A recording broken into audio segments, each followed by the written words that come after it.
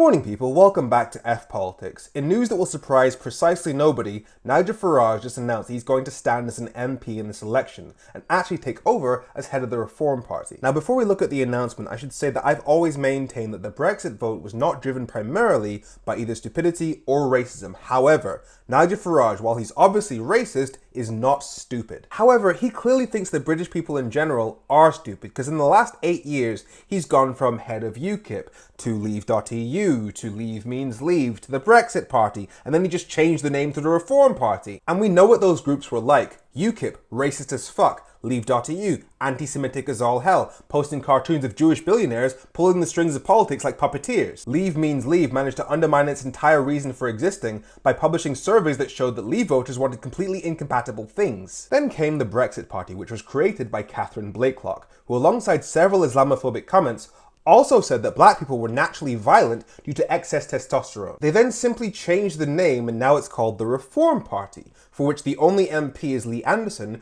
who left the Tory party because he was too Islamophobic. So bigotry and racism are literally at the very core of what this party is. And yet Nigel Farage and Richard Tice want us to believe that even though they've been heavily involved in all those organisations, somehow because they've changed the name, they've got a clean slate. They've been playing a shell game with us and they're counting on their voters being too stupid to realise that they've been the little ball under the shell the whole time. Nigel Farage even mentioned his time at UKIP while he was on stage. So our aim in this election is to get many, many millions of votes. And I'm talking far more votes than UKIP got back in 2015 when we got 4 million votes. When we got 4 million. But it's still all the same people. One of their candidates in this election, Ben Habib, was an MEP for the Brexit Party, and he tried to take the government to the Supreme Court on the basis that he says this Brexit is worse than remaining in the EU. When Nigel Farage was in the Brexit Party, he said that if the British people were given a choice between this Brexit and remaining in the EU, Remain wins that referendum and wins it every single time. And since then he said, but what I do think is we haven't actually benefited from Brexit economically. Brexit has failed. And even in this very press conference, he said, nothing in this country works anymore.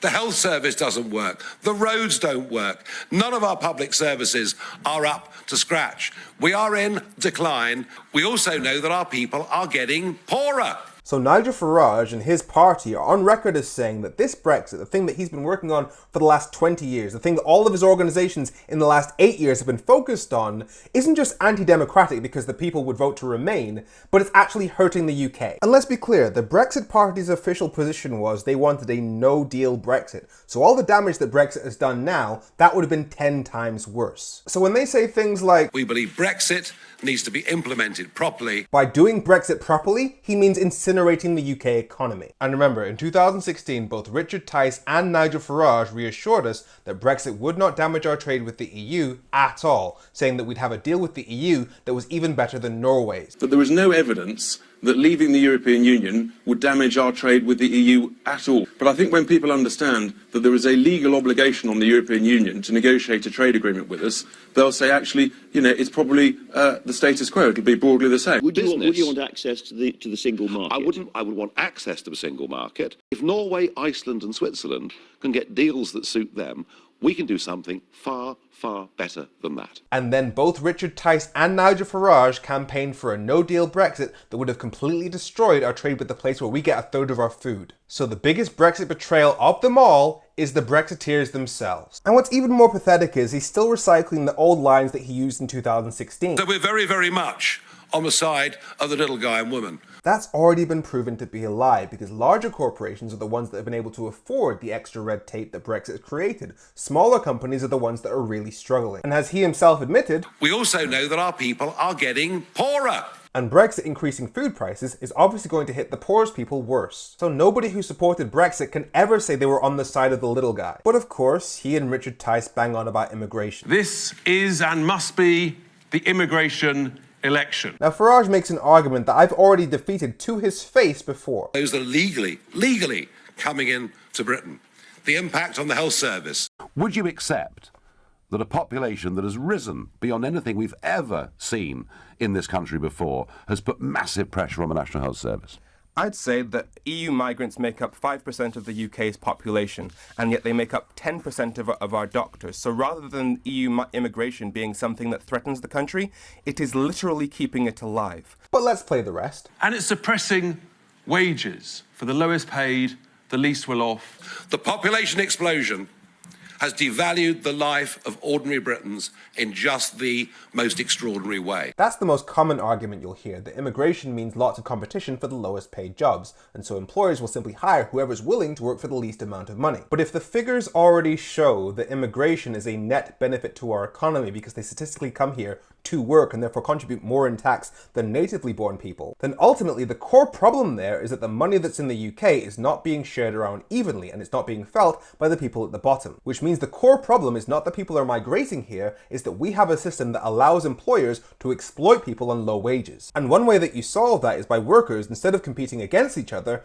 banding together and demanding higher wages from their employers. And the most common example of that is strikes. And what has been the attitude of people like Nigel Farage and Richard Tice to strike so far? Richard Tice blamed doctors for deaths in hospitals, and Nigel Farage accused teachers of being part of a left-wing conspiracy. So have you noticed that their policies consistently hurt the little guy that they claim to be the champions of? We're very much on the side of creating growth. Saying he's on the side of economic growth when his main policy has cost our economy more than COVID itself is insanity. But like I said, Nigel Farage is not stupid. He wouldn't be able to do the damage that he's done to our country if he was. His analysis of the political landscape is spot on.